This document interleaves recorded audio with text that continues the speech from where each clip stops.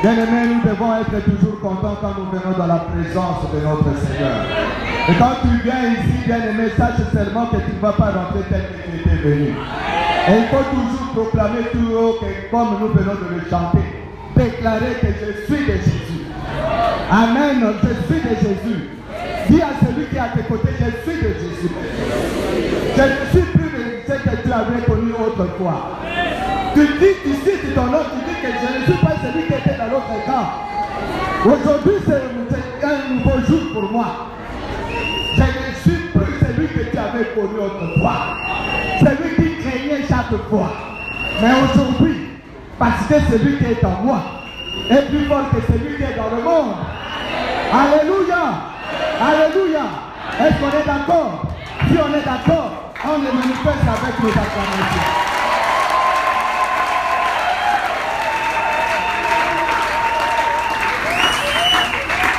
Que le Seigneur soit glorifié ce matin.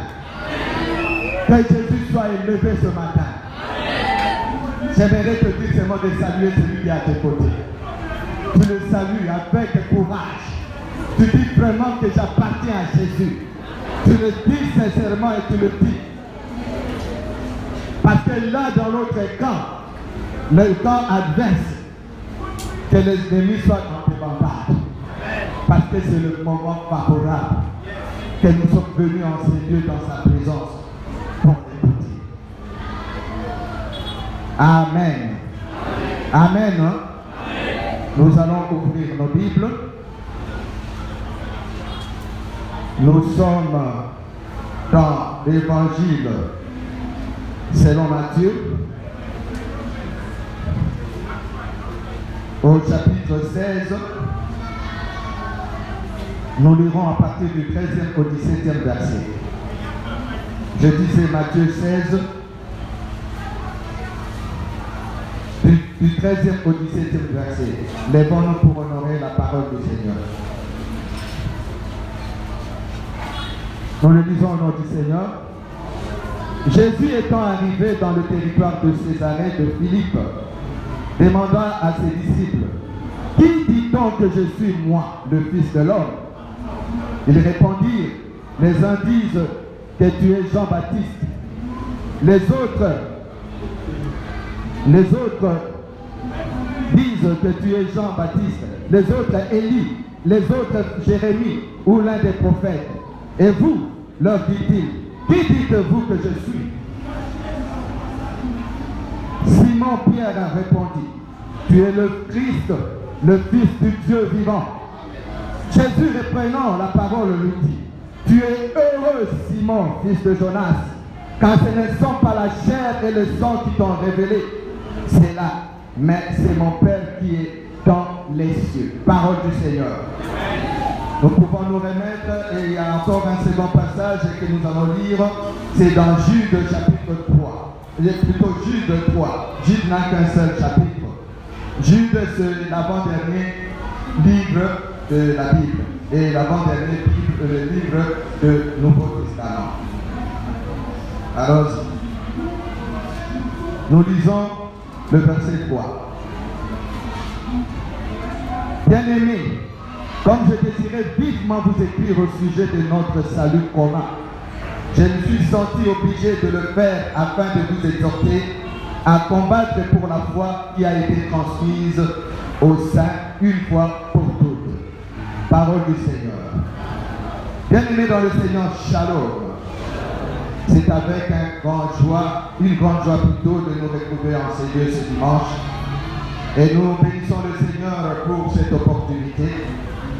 Et vous savez, se tenir sur une de ces chaises, c'est vraiment un fardeau. Ce n'est pas un privilège, mais c'est un fardeau. C'est pour cela que je bénis le Seigneur. Et je rends grâce à mon Dieu pour mon pasteur. Il fut aussi mon professeur à l'Institut biblique. Je le bénis au nom puissant de Jésus. Et à sa charmante épouse, Maman Betty, qui ne cesse avec son sourire chaque fois. Elle ne cesse de nous prodiguer des conseils. Et à vous, toute l'assemblée qui est là, au collège pastoral, à tous les bien-aimés, les oubliés, que le Seigneur vous bénisse au nom du Seigneur. Et à vous qui êtes venus pour la toute première fois, que le Seigneur vous bénisse. Alléluia. Le thème que nous allons apporter ce matin est intitulé La réponse qui nous révèle l'identité de Jésus. La réponse qui nous révèle la vraie identité de Jésus. Bien-aimés dans le Seigneur, Shalom. Ce matin, nous voulons aborder ce thème parce que je crois que depuis que nous sommes ici, depuis le culte a débuté, il y avait qu'un nom qu'on élevait ici, c'était le nom de Jésus. Alléluia. Et pendant qu'on adorait, et chaque fois je suivais tous ces cantiques, le nom qui était là, c'était le nom de Jésus qu'on prononçait. Mais j'aimerais te dire ce matin, bien-aimé dans le Seigneur, qui est Jésus? Parce qu'il y a des gens qui viennent, nous venons ici, nous disons que je suis de Jésus. Il y a d'autres qui disent oui, je suis vraiment effectivement de Jésus. Si nous avons chanté, nous avons dit que dites-leur que je suis de Jésus. Mais il y a d'autres qui disent que non, je ne suis pas, je suis de Jésus, mais je suis là, c'est qui? Alléluia. Le passage que nous avons lu de Matthieu est en train de nous révéler de grandes choses. Alors là, c'était par rapport aux gens, aux disciples qui étaient là, les gens qui voyaient chaque fois Jésus. Et alors, ils se posaient toujours les questions de savoir, mais les gens qui me voient, ils me comparent, ils disent que voilà, Jésus, il est là. Mais est-ce qu'ils connaissent vraiment ce Jésus? C'est pour cela qu'il y avait toutes ces questions qui ont été posées. Où Jésus a posé la question à ses disciples, qui dit donc que je suis, moi le Fils de l'homme? Alors il commençait à répondre à la place de ces gens-là. Les uns disent que tu es Jean-Baptiste, c'est ce qu'eux entendent. Les autres, Élie, les autres, Jérémie, ou l'un des prophètes. Et vous, leur dit-il. Maintenant, ils se tournent de leur côté. Et vous, leur dit-il, qui dites-vous que je suis? Alors, en ce moment-là, il fallait que Simon, Pierre, prenne le courage. Il prend le courage et répondit, tu es le Christ, le Fils du Dieu vivant. Alléluia. Tu es le Christ, le Fils du Dieu vivant. Alors cette réponse a touché Jésus. Et il a dit, reprenons la parole vite. Tu es heureux, Simon, fils de Jonas, car ce ne sont pas la chair et le sang qui t'ont révélé cela, mais c'est mon Père qui est dans les cieux. Alléluia. Bien-aimé dans le Seigneur, l'attitude de l'homme à l'égard de Jésus-Christ est déterminante pour le temps et l'éternité. Jésus-Christ, sauveur du monde, est le noyau de l'univers. La Bible dit dans 1 Jean, chapitre 5, verset 1er, 1 Jean, chapitre 5, verset 1er, dit ceci. Quiconque croit que Jésus est le Christ est né de Dieu. Et quiconque aime celui qui l'a engendré, aime aussi celui qui est né de lui. Et dans Jean, chapitre 1er, et plutôt Jean, la première épître de Jean, de la lettre de Jean, la première lettre de Jean, au chapitre 4, verset 15, dit ceci. Celui qui confessera que Jésus est le Fils de Dieu, Dieu demeure en lui et lui en Dieu. Amen. Bien-aimés dans le Seigneur, que la Pentecôte à nos jours, cette question a toujours été centrale. Disons, est-ce que Jésus est-il ressuscité? Est-ce que Jésus est-il le Fils de Dieu? Ce sont ces questions-là que les gens se posent à tout moment. Et comme toi aussi, quand tu viens ici, tu te poses la question, est-ce que Jésus est réellement le Fils de Dieu? Est-ce que Jésus est réellement ressuscité? J'aimerais te dire, toi qui connais vraiment, c'est oui, effectivement, il est ressuscité. Alléluia. Alléluia. Bien-aimé, ce n'est pas quelque chose que les gens ont inventé. Nous avons suivi dans les réseaux sociaux, même dans certaines religions. Ils connaissent déjà que Jésus-Christ est réellement le Fils de Dieu et il est ressuscité. Il y a eu des questions qui se sont posées parmi les gens qui viennent, même à l'église. Il y a d'autres qui ne reconnaissent pas la Seigneurie de Jésus. Ils se posent la question, est-ce que c'est vraiment lui? Il peut aller quelque part, on lui dit que non, ce n'est qu'un prophète. Et d'autres qui peuvent dire que non, c'est le fils d'un charpentier. Il est né d'une vierge, comment est-ce qu'il peut être le fils de Dieu? Est-ce que Dieu peut engendrer?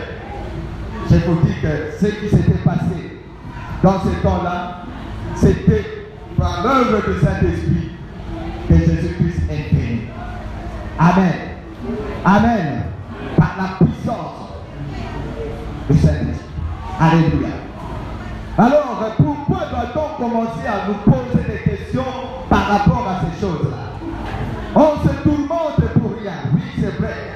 C'est tout à fait normal pour les gens qui viennent ici. Il y a d'autres qui n'ont pas connu cela. Mais j'aimerais te dire ceci. Pour reconnaître Jésus, Simon-Pierre l'a dit ici, et il a répondu, il a dit que tu es le Christ, le Fils du Dieu vivant. Alors Jésus-Christ avait répondu, il lui dit, tu es heureux Simon, fils de Jonas, car ce ne sont pas la chair et le sang qui t'ont révélé. Et là nous parlons maintenant de la révélation. Alors bien aimé dans le Seigneur, pour connaître Jésus-Christ, il faut que tu sois révélé. Alors la révélation là, c'est la nouvelle naissance. Quand tu es né de nouveau, et c'est là où les choses vont se passer. J'aimerais nous donner mon exemple, moi par exemple, mon témoignage un peu.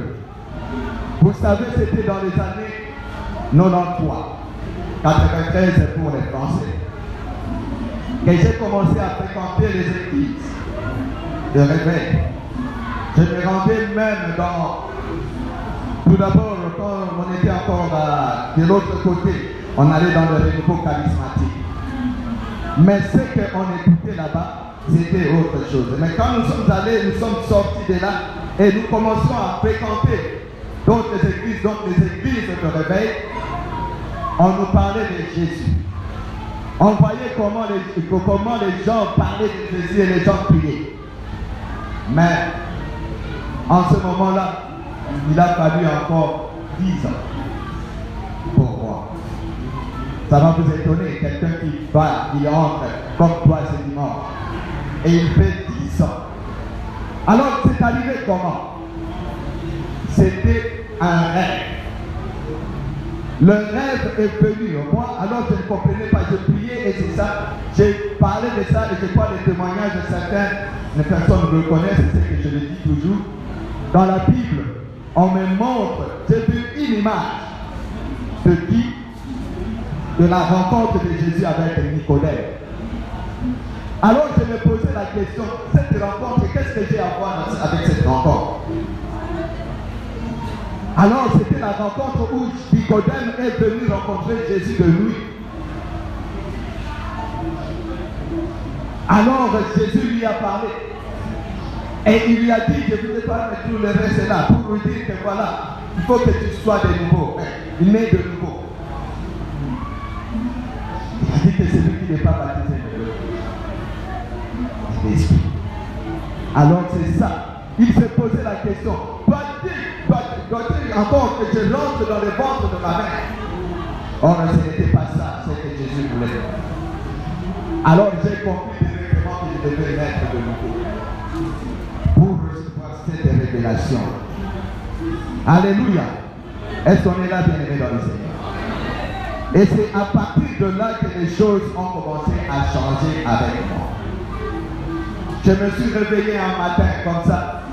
J'ai dit, bon, maintenant, je sais que c'est aujourd'hui. J'y vais et je vais rencontrer. Et j'ai commencé à suivre les enseignements encore une fois. Et j'ai repris tous ces enseignements jusqu'à comprendre qu'il fallait naître de nouveau. Et c'est là où j'ai fait vraiment la rencontre personnelle avec Jésus. Alléluia. Et c'était comme ça que les choses sont passées. Et un jour, pendant que j'ai reçu Jésus le Seigneur, comme mon Seigneur et Sauveur, le vrai Jésus. Et c'est à ce moment-là que j'ai commencé mon service. C'était en plein culte, comme ce dimanche, comme ça. C'était un dimanche où mon pasteur, là-bas où j'étais, m'appellera pour me dire, Papa Michel, c'est le moment maintenant. Pas porter l'uniforme, tu vas commencer à servir. Alors j'étais là, je ne comprenais pas. J'ai dit, mais pourquoi il a dit pas? Ça ne vient pas de moi. Et c'est comme ça que j'ai commencé. Et je me suis mis au service du Seigneur jusqu'à ce que vous me voyez aujourd'hui. Vous savez, pour que vous entrez vraiment, pour recevoir cette réponse, il faut que vous soyez révélés. Alléluia. J'aimerais vous donner la définition de révéler. Révéler veut dire seulement se faire connaître à quelqu'un ou rendre public ce qui était tenu secret. Alléluia. Alléluia.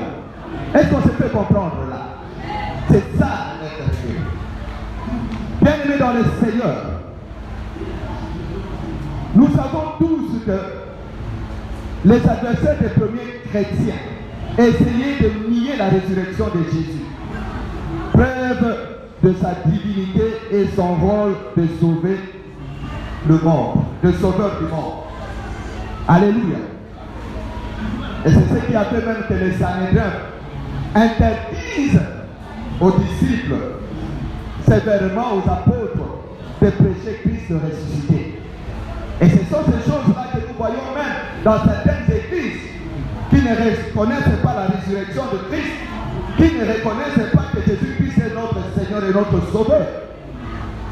Bien-aimés dans le Seigneur,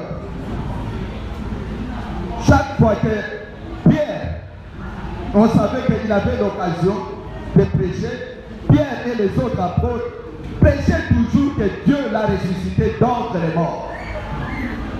Alléluia. Alors, quelle était la réaction de Christ, surtout à la réponse de Pierre? Et nous savons que ce qu'il a dit, c'est que ce ne sont pas la chair et le sang qui t'ont révélé cela. Et c'est ça, c'est qu'il avait dit. Mais c'était qui?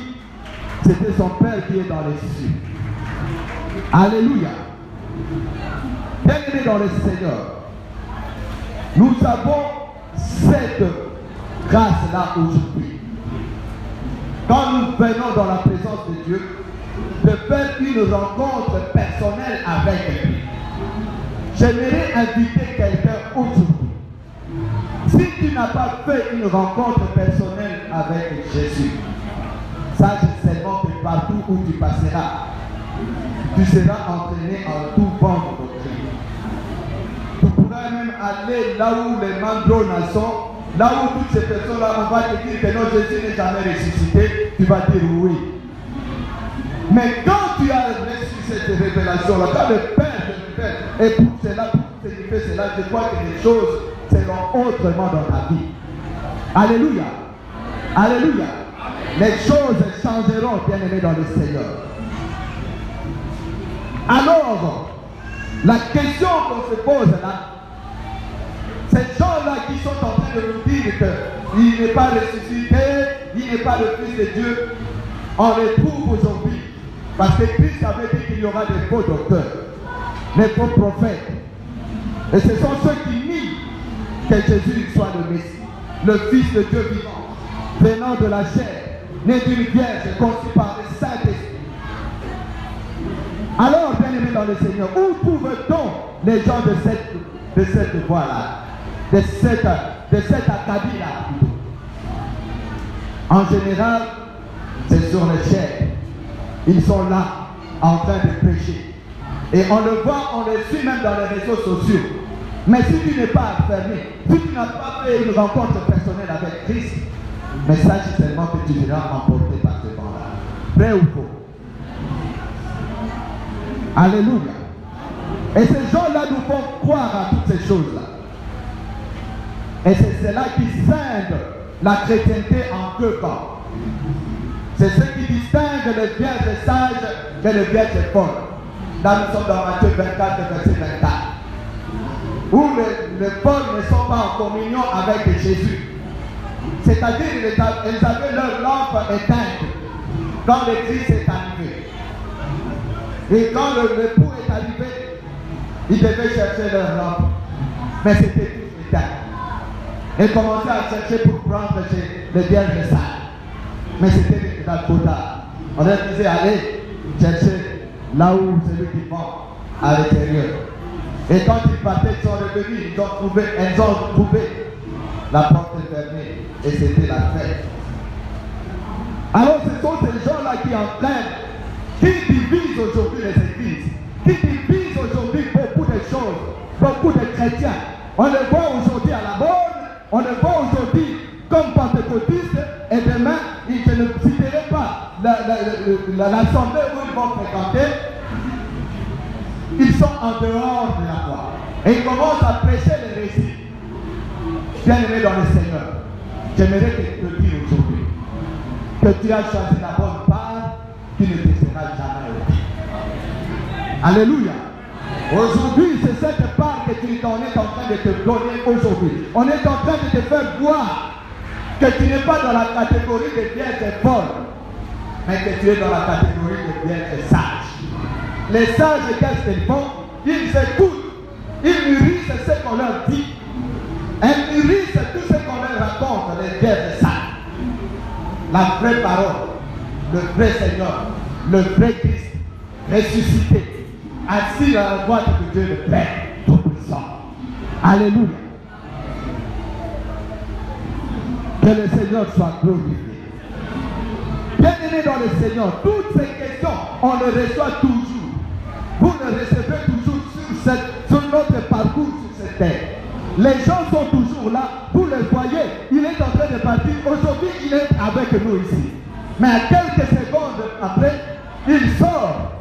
C'est notre adversaire, le diable, qui le gagne. Il rôde tout autour de nous comme un lion rugissant. Quelqu'un qui il dévorera. Et c'est à ce moment-là, quand tu n'es pas affermi, quand tu n'as pas fait cette rencontre personnelle avec Jésus, sache seulement que tu seras emporté.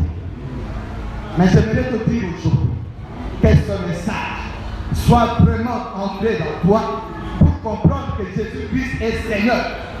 Il est ressuscité. Il est le Fils du Dieu vivant. Il est le Messie. Il est le véritable Dieu. Alléluia. Bien-aimé dans le Seigneur, Jésus parle de la révélation. Alors il a dit que cela ne signifie que ce ne sont pas les hommes qui peuvent nous convaincre que Jésus est le Fils de Dieu, mais seule une révélation personnelle donnée directement par notre Père Céleste. Alléluia. C'est cette révélation qui distingue les enfants de Dieu des chrétiens de nom. Parce qu'il y a aussi des chrétiens de nom. Vous le voyez là avec sa Bible sous les épaules. Il a cette parole-là que notre bien-aimé Papa Niki aime toujours le dire ici. N'a que pride. Et c'est cet accent-là, n'a que pride.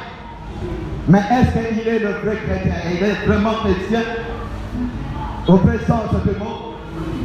Mais il est un faux chrétien, conduit par une fausse doctrine. Mais je te dis que la doctrine que tu es en train de suivre aujourd'hui, c'est la vraie doctrine et l'authentique. Alléluia. Je disais que je ne peux pas croire que Jésus est le Fils de Dieu, c'est ce que disent seulement les gens là. Simplement parce que mon Père, je ne peux pas dire seulement comme ça, raconter aux gens que Jésus-Christ n'est pas le Fils de Dieu. Mais qu'il est le Fils de Dieu plutôt.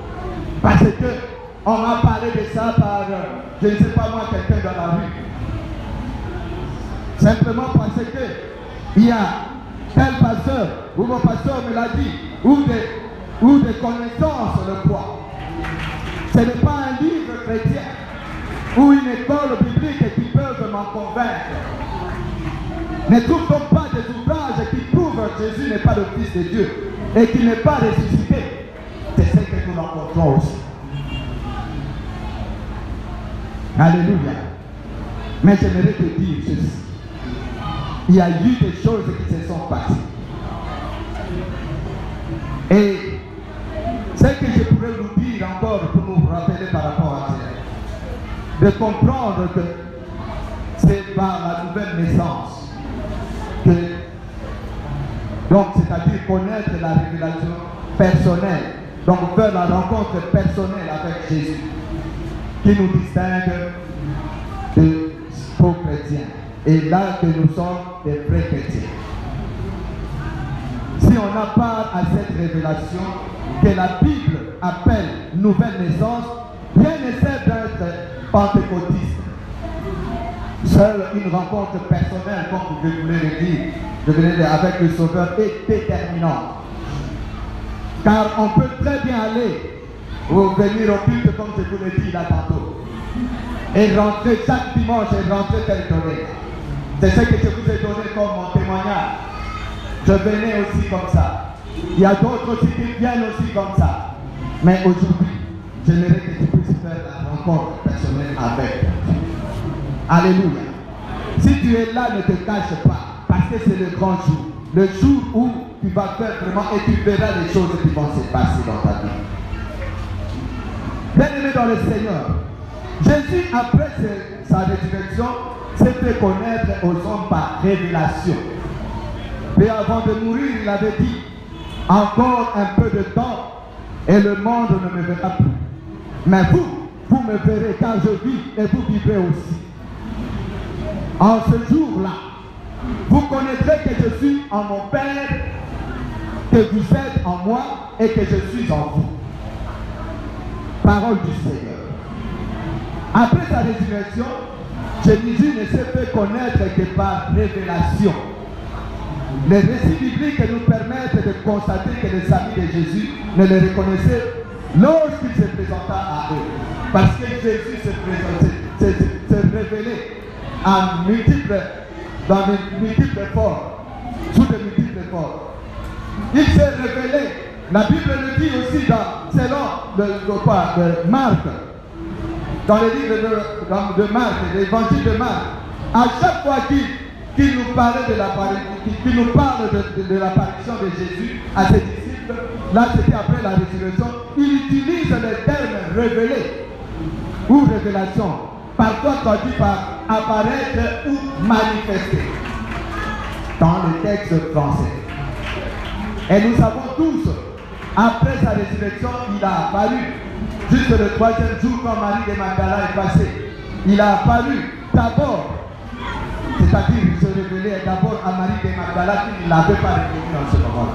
Mais quand il a dit Marie, et son esprit s'est ouvert là, à ce moment-là, et elle a reconnu que c'était Jésus, elle a dit Rabbi. Il y a eu encore, il s'est révélé aux deux autres, donc les disciples de Maïs. Et je crois qu'ici on a eu des enseignements par rapport à cela, où on nous disait de qui entretenez-vous. Et c'est ça, la marche où les disciples de Maïs qui partaient. Et ces disciples-là, quand ils partaient, ils s'entretenaient entre eux. Mais qu'est-ce qu'ils se disaient là? Ils parlaient de Jésus-Christ qui était venu et qu'ils ont vu qu'ils pouvaient faire autre chose. Ils ont tout oublié. Mais alors Jésus, quand il a entendu, il a fait chemin avec eux. Et faisant chemin avec eux, il a fait quoi? Il leur expliqua dans toutes les Écritures ce qui concernait le Messie. La manière dont il devait souffrir et ressusciter.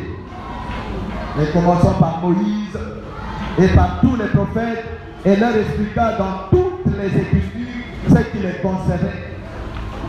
Puis il leur dit, c'est là ce que je vous disais lorsque j'étais encore avec vous, qu'il fallait que s'accomplisse tout ce qui est écrit de moi dans la loi de Moïse, dans les prophètes et dans les psaumes. Et qu'est-ce qui s'est passé en ce moment-là? Alors, il leur ouvrit l'esprit afin qu'ils comprissent les Écritures. Alléluia. Jésus ne s'est fait comprendre que seulement avec les siens, ceux qui ont fait leur rencontre personnelle. Il se fera révéler seulement que si tu fais une rencontre personnelle avec lui. Amen.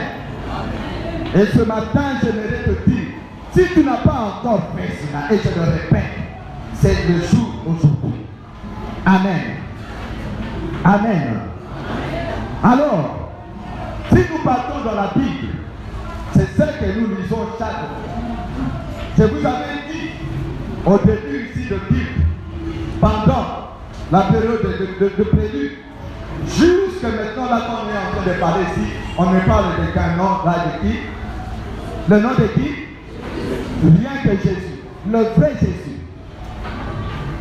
Alors maintenant, nous voulons dire par rapport à la Bible. Tous les livres du Nouveau Testament et de l'Ancien Testament parlent de lui. Vrai ou faux? Peut-être que toi tu ne connais pas, mais j'aimerais te donner cette précision aujourd'hui. Je commence par le premier livre. Dans Genèse, il est la postérité de la femme qui devait écraser la tête du serpent. Et la postérité d'Abraham en qui toutes les nations de la terre seraient bénies. Dans Exode, il est l'agneau pascal dont le sang sauve le peuple de l'esclavage. Dans le Lévitique, il est le sacrifice holocauste, sacrifice d'expiation, sacrifice de culpabilité, offrande et sacrifice d'action de grâce. Dans Nombre, il est le rocher dans le désert. Caché sous le sable, il suivait le peuple. Dans Deutéronome, il est le prophète qui se tient entre Dieu et le peuple. Qui est Jésus? Qui est Jésus aujourd'hui? Dans Josué, il est le chef de l'armée de l'Éternel. Dans Juge, il est le grand juge, le grand leader qui, sous l'onction de l'Esprit, préside aux destinées d'Israël. Dans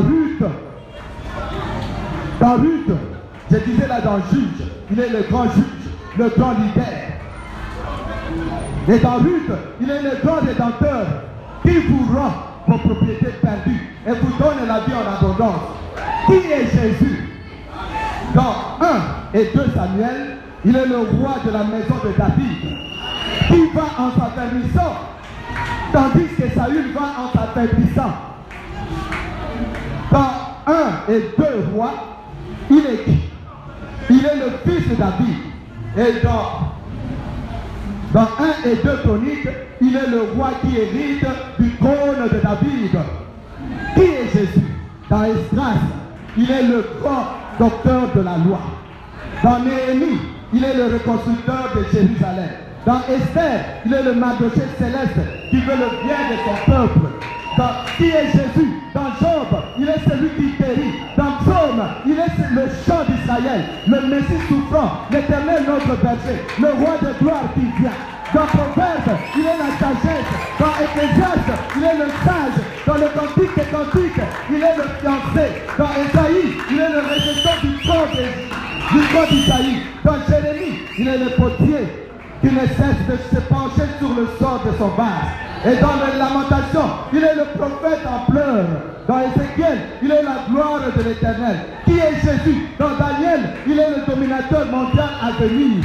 Dans Osée, il est l'époux d'Israël. Dans Joël, il est le pigeon de l'esprit sur toute chair. Dans Amos, il est le restaurateur de la maison de David. Dans Abdias, il est le maître du royaume. Dans Jonas, il est l'envoyé qui écoute les nations. Dans Michée, il est le dominateur qui vient de Bethléem. Qui est Jésus? Dans Naoum, il est le Dieu jaloux qui est l'idolâtrie. Dans Habakkuk, il est le sauveur de son peuple au jour de la détresse. Dans Sophonie, il est le juste qui vient au jour du Seigneur. Qui est Jésus? Dans Agé, il est le reconstructeur plutôt du temple de Jérusalem. Dans Zacharie, il est celui qui pose ses pieds sur la montagne des Oliviers. Dans Malachie, il est le soleil de justice qui apporte la guérison sous ses ailes. Qui est Jésus? Là, nous sommes maintenant dans le Nouveau Testament. Qui est Jésus? Matthieu le dit, il est le Messie promis. Dans Marc, il est le serviteur. Dans Luc, il est le fils de l'homme. Dans Jean, il est le fils de Dieu. Dans Actes, il est celui qui envoie le Saint-Esprit. Dans Romains, il est notre justice. Dans 1 et 2 Corinthiens, il est notre sanctification. Dans Galates, c'est lui qui nous a rachetés de la malédiction de la loi. Et dans Éphésiens, le chef de l'Église. Et dans Philippiens, notre joie. Dans Colossiens, il est l'origine de toutes choses. Qui est Jésus? Dans 1 et 2 Thessaloniciens, il est celui qui enlève l'Église. Dans 1 et 2 Timothée, Il est qui Jésus? C'est celui qui dirige. Dans Philémon, il est notre ami. Qui est Jésus? Dans Hébreu, il est le souverain sacrificateur qui est entré dans le sanctuaire céleste. Qui est Jésus dans Jacques? Il est les œuvres de la foi. Qui est Jésus dans 1 et 2 Pierre? Il est celui qui donne de naître de nouveau, qui nous a libérés du péché pour nous donner sa nature divine. Qui est Jésus? Dans 1, 2 et 3, Jean, il est l'amour. Et dans Jude, il est la foi qui communique au sein une fois pour toutes. Et dans Apocalypse, il est le roi des rois, le Seigneur des seigneurs. Alléluia! Et qui est Jésus ce matin? Le sacrifice d'Abel, l'arche de Noé, le sang d'or dont baptisonna les linteaux de porc. Il est le Dieu des saints, la bénédiction d'Abraham, la source de Japheth, de Joseph. Il est la verge de Moïse, la mâchoire de Samson et la pierre de David. Il est le manteau d'Élie et l'ombre de Pierre, le prêtre de l'ombre de Melchizedek, le bois d'aînesse de Jacob et les sacerdoces de Lévi. Il est le puissant ardent, l'éternel ton médecin, la nuée de la colonne de feu. Il est la force de Caleb, la tactique de Gédéon, la victoire de Jéphthé, la puissance de Samson, la louange de Déborah, le Dieu de Jaël, qui est Jésus. Il est le bruit de pain à la cime des mûriers. Il est le trône de David, le rameau d'Isaïe, la rosée du matin, la pluie sur la terre desséchée, la pluie de l'avant et de l'arrière-saison, le torrent dans le désert, une source dans la désolation. C'est ça Jésus, l'aquilon et l'automne sur mon jardin. Celui que mon âme aime, la rose du Saron, le lys de la vallée et le parfum du nard. Il est plus grand que Salomon et plus que Jonas. Il est plus grand que le temple, le consolateur, notre soleil et notre bouclier. Il est mon rocher, ma forteresse, ton abri, ta retraite, ta lumière et ton salut. Il est ton berger. Tu ne manqueras de rien. Il te fera reposer dans de belles pâturages. Il te conduira près des eaux paisibles. Il restaure ton âme et il te conduit sur le sentier de justice à cause de son nom. Il est merveilleux, conseiller, Dieu puissant, Père éternel, Prince de paix. Il est la gloire de Sion, le berger d'Israël. C'est Jésus le roi des rois. Il est le Fils du Dieu vivant. Le Messie, c'est lui qui est venu pour nous sauver, pour nous délivrer ce matin. Et ce matin, tu lui as connu le nom de Jésus, la vraie identité de Christ. Tu te révèles par cela. Quand tu reconnais qu'il est ton Dieu, quand tu reconnais qu'il est ton sauveur, sache seulement que tu as reçu quelque chose de sa part qui ne te sera jamais ôté. Que le Seigneur te bénisse ce matin. Que le Seigneur te bénisse ce matin. Quand tu as compris ce matin, et quand tu sais aujourd'hui qu'il est ton Dieu, il est ton sauveur, il est ton salut. Et quand tu n'as pas encore compris qu'il est ton Dieu, ton salut, c'est le moment où je te dis de te lever là où tu es, de te lever en ce moment-ci et de commencer à dire que oui, Jésus est mon Seigneur et mon Sauveur. Et toi qui ne l'as pas reçu comme Seigneur et Sauveur, je te prierai à la fin de cette rencontre, faute de temps, que tu puisses nous voir à la fin de cette rencontre pour faire cette rencontre personnelle. Peut-être que tu auras honte, mais je te dis ceci. Il dit que si tu as honte de lui, il aura aussi honte de toi. Élève ta voix et commence à prier. Commence à dire que oui, le Seigneur s'est révélé en moi ce matin. Le Seigneur s'est révélé en moi ce matin. Il est le roi des rois. Il est le Seigneur des seigneurs.